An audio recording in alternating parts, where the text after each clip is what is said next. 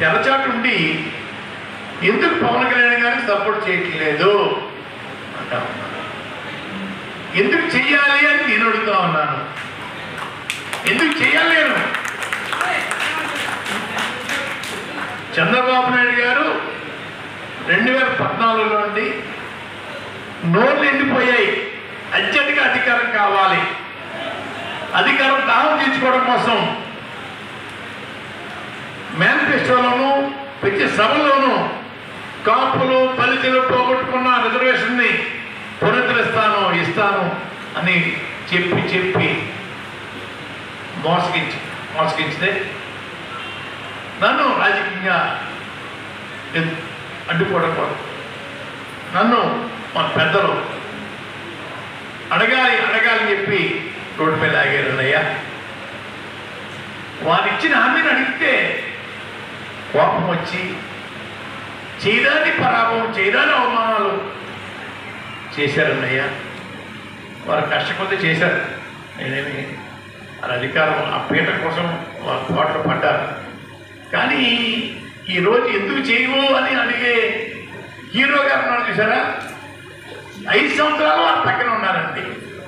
ఎందుకు అవమానించో పద్మనాభాన్ని ఒక్క మాట కూడా అనలేదన్నయ్య. వారు మడుగులో దాక్కున్నారన్నయ్య 5 సంవత్సరాలను.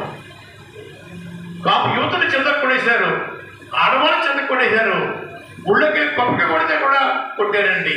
కిల్లప్పుడు వస్తుంటే ఆధార్ కార్డు చూపించమన్నారండి, ఏదో పాకిస్తాన్ వెళ్ళినట్టుగా.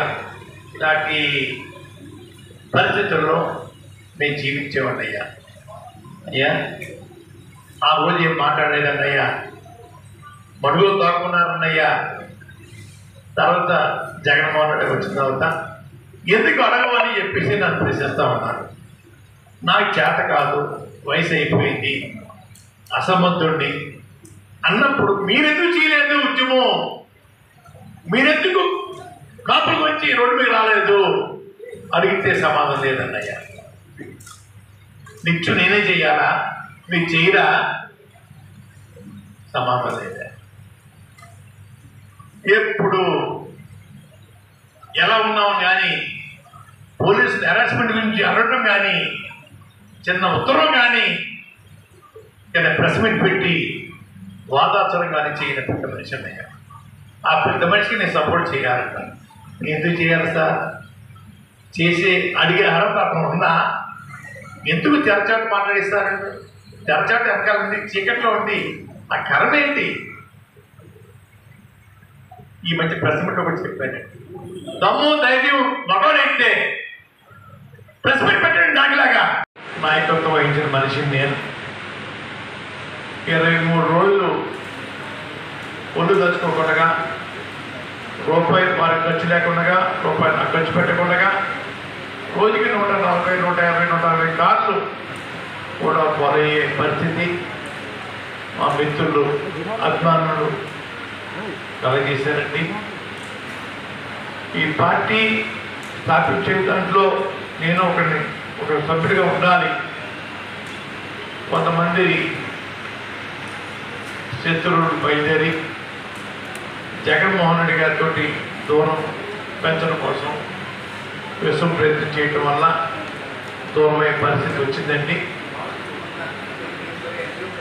దూరమైనా కూడా ఎప్పుడు వారిని నేను ఒక మాట మాట్లాడలేదు.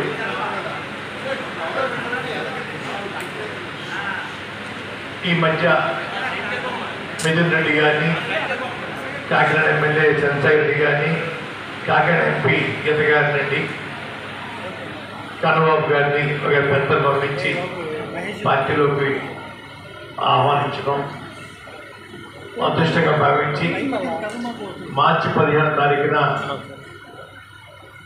పార్టీలో ప్రవేశించానండి.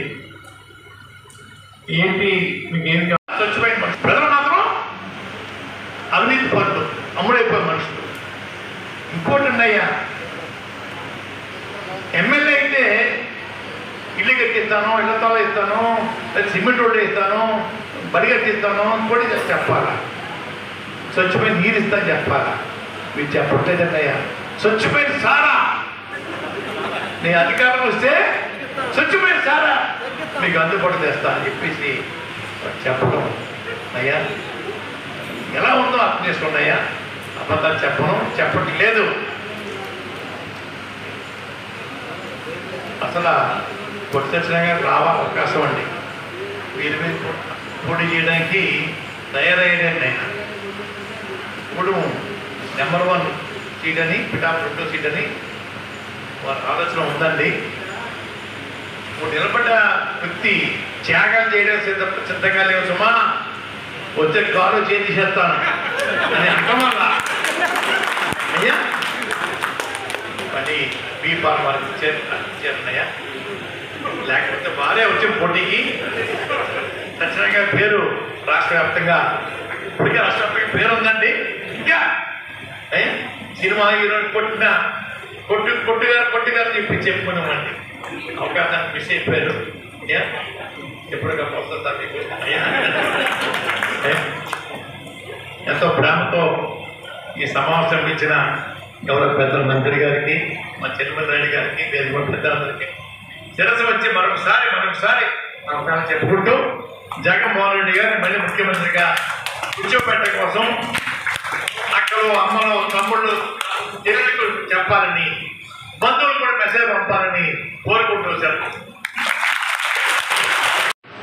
ఆలోచించండియ్యా. ఈ మధ్య చంద్రబాబు నాయుడు గారు మాట్లాడుతుంటే ఆ రోజు నోరు నిండిపోయాను చూసారా, ఈ రోజు కూడా నోరు నిండిపోయి అర్జెంటుగా పదవిలో కూర్చోవాల, పదవి ఆకలి అయ్యా.